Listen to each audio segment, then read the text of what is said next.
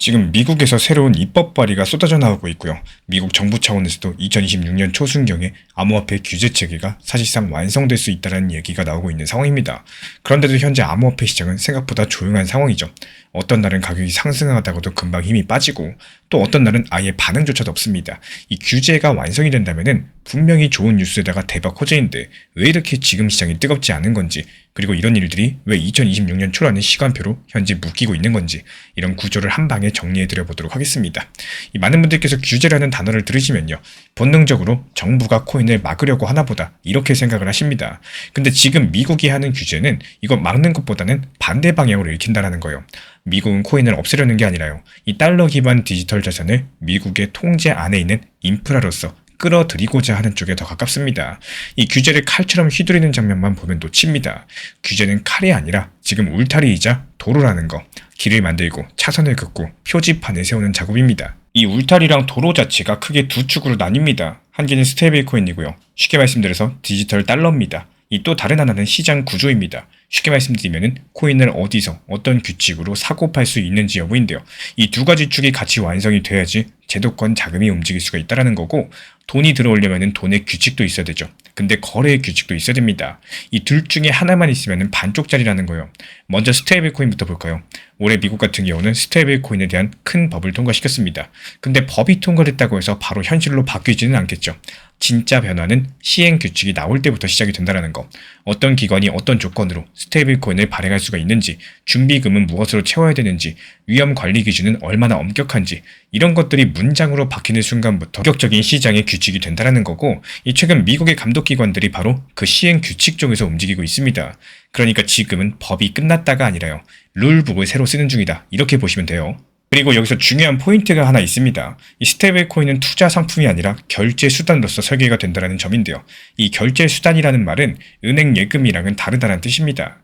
예금은 이자를 주죠. 하지만 스테이블 코인이 이자를 주기 시작하면은 사람들은 은행에다가 돈을 둘 이유가 줄어듭니다. 그래서 스테이블 코인 같은 경우는 기본적으로 이자를 붙이지 않는 디지털 달러 쪽으로 설계되는 흐름 자체가 강력한데요. 이런 구조들 때문에 은행과 크립토 업계가 부딪힙니다. 은행은 예금이 빠져나갈까봐 두렵고요. 크립토 업계는 사용자를 끌어오기 위해서 유인을 만들고 싶어 합니다. 이 싸움 자체가 코인 업계 안에서 끝나는 게 아니에요. 이 예금 기반이 흔들리면은 대출이 흔들리고요. 또 대출이 흔들리면은 실물 경제가 흔들립니다. 그래서 이 싸움은 금융 권력 싸움이라고 보시는 게 맞아요. 그리고 스테이블 코인에는 미국이 절대 놓치고 싶지 않은 진짜 목표가 숨어 있습니다. 바로 달러 네트워크인데요. 스테이블 코인이 커진다는 말은 전 세계의 달러가 담긴 디지털 지갑이 늘어난다는 뜻입니다. 그 달러가 어디서 돌고 누가 쓰고 문제가 생기면 어떻게 멈추게 할지, 이걸 미국이 통제할 수 있게 만드는 게 바로 그 규제의 본질이라는 거예요. 스테이블 코인은 기술이겠지만 또 동시에 지정학입니다. 달러 패권을 블록체인 위에서 다시 연장하는 방식이 될 수가 있기 때문이에요. 그리고 이제 두 번째 축, 시장 구조로 넘어가 볼까요? 이게 왜 중요하냐? 이 시장 구조가 정리가 되기 전에는 기관이 들어올 수 있는 이유가 부족하기 때문입니다. 가장 큰 문제가 늘 똑같아요. 이 토큰은 증권이냐, 상품이냐, 누가 감독하느냐, 거래소는 어떤 라이선스로 운영되느냐, 뭐 이런 기본적인 질문들. 이런 근본이 흔들려 버리면은 기관은 절대로 움직이지 않습니다. 기관이 무서워하는 거는 가격 변동이 아니라 규칙이 없는 상태예요. 이 규칙이 없는 시장에서는 돈을 벌어도 나중에 문제가 생길 수 있다는 공포감이 더 크다라는 거. 그래서 지금 미국이 하고 있는 시장 구조 논의의 핵심은 바로 교통 정리입니다. 미국 SEC랑 CFTC의 관할 싸움을 끝내고 코인 시장을 어떤 카테고리로 묶을지 정하는 거예요. 그리고 더 중요한 문구가 하나 있습니다. 토큰이 처음에는 누군가의 노력에 기대서 시작됐다라고 할지라도 시간이 지나서 탈중앙화가 되면은 어떤 길로 빠져나올 수 있는지, 그 통로를 제도권 문장으로 만들고자 하는 시도입니다. 이 통로가 생기면요, 시장은 단순하게 규제 리스크가 줄었다를 넘어서 기관이 들어올 수 있는 제도적인 명분이 생겼다로 바뀌어요. 그리고 오늘 이슈의 핵심 날짜가 여기서 나옵니다. 이 내년 1월 상원에서 시장 구조 법안을 마크업 한다는 얘기가 나왔어요. 마크업은 쉽게 말씀드리면은 위원회가 법안을 실제로 손봐서 표결로 넘기기 전 단계입니다.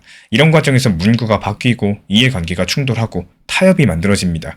그러니까 내년 1월은 가격이 오를지 말지의 달이 아니라 게임 규칙이 어떤 문장으로 쓰일지가 결정되는 달이라는 거예요. 맥쿼리 같은 글로벌 투자은행이 2026년 초를 말한 이유도 바로 여기에 있습니다. 스테이블 코인 시행 규칙이 비슷한 시간대에 구체화가 되고 시장 구조 법안이 위원회 단계를 지나가지고 조정 단계로 들어가게 되면은 그 시점부터는 미국형 규제 프레임이 작동 가능한 형태로 보이기 시작을 해요.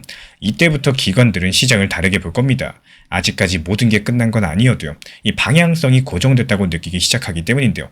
그렇다면 이 정도 호재인데 왜 시장이 뜨겁지 않을까요? 그 정답은 정말 단순한데요. 이 시장은 호재라는 단어보다 조건에 반응을 합니다. 이 규제 프레임은 큰 방향에서는 호재일 수 있어요. 하지만 디테일이 악재가 될 수가 있습니다.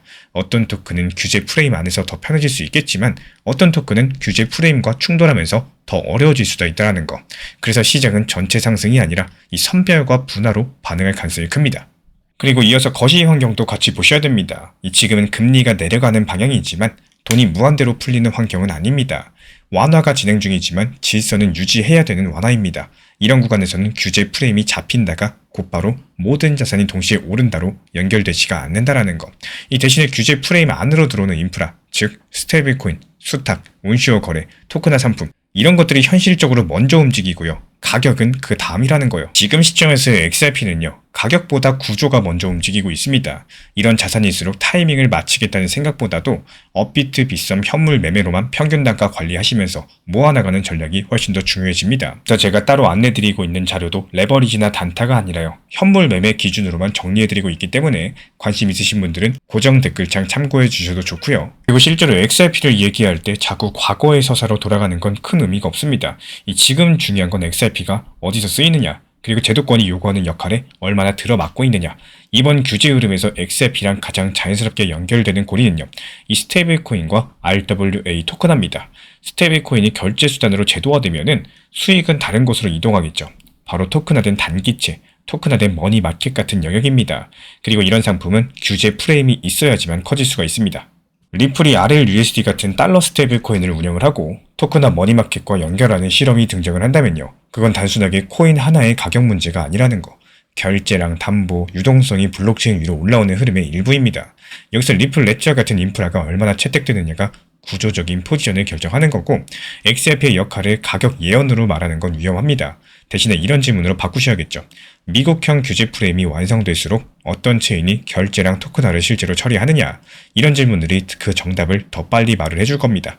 이번 이슈 자체가 호재냐 악재냐로 끝낼 수 있는 뉴스가 아닙니다. 이건 게임판 설계라고 보시면 돼요. 미국이 스테이블코인과 시장 구조로는 두 가지 축으로서 달러 기반 디지털 자산을 제도권 안에 넣는 작업을 하고 있습니다.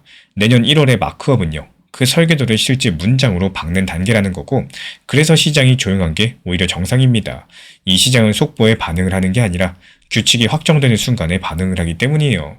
기준점은 달력입니다. 내년 1월의 마크업이 실제로 어떻게 진행이 되는지, 스테이블코인 시행 규칙이 어떤 강도로 나오고 또 어떤 예외를 허용을 하고 있는지, 그리고 상원 표결이 정치 일정 속에서 얼마나 빨리 굴러가는지 이 세 가지가 시장의 리듬을 만들 겁니다. 그리고 그 리듬이 확인된 뒤에서야 가격이 계단식으로 반응할 가능성이 크다라는 것. 결국에 2026년 초라는 말은 가격 예언이 아니라 규칙이 완성되는 시간표겠죠. 오늘의 가격에 매달리기보다는 조금은 거리를 두고 시장을 바라볼 때 그때부터 비로소 전략이 보이기 시작한다는 말씀을 드리고 싶어요.